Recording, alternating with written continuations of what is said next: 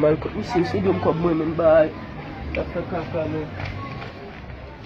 Mwen fwa bit mwen misi dom kop mwen bay ferize. Bon, c'est même je dis là, nous Christopher 2 millions la caille.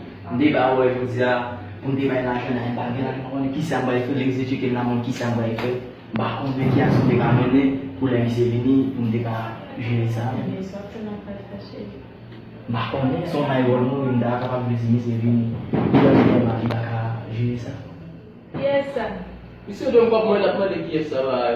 Ouais, j'ai pas boss mourir. Peser les langues de car on est mourir chez nous. Ratez-nous. Oh. Sa mi se gen la. Koko, sa mi se gen la men. Sa gen? Kadon kaka me se gade koman nan. Mouri. Men. Kon sa nan mo fatal panan mi se $2,000 nan mi se wapou mouri nan mo chen. Ne vla te zami niye kwen bay wole wavel. Nan mo e konsan pase. Ma fel kado li met 3 green bal kan men. Non commandant là, commandant. Kade koman? Pas fait ça, papa. Te pa mou te mouri? Pas fait ça. Ouais,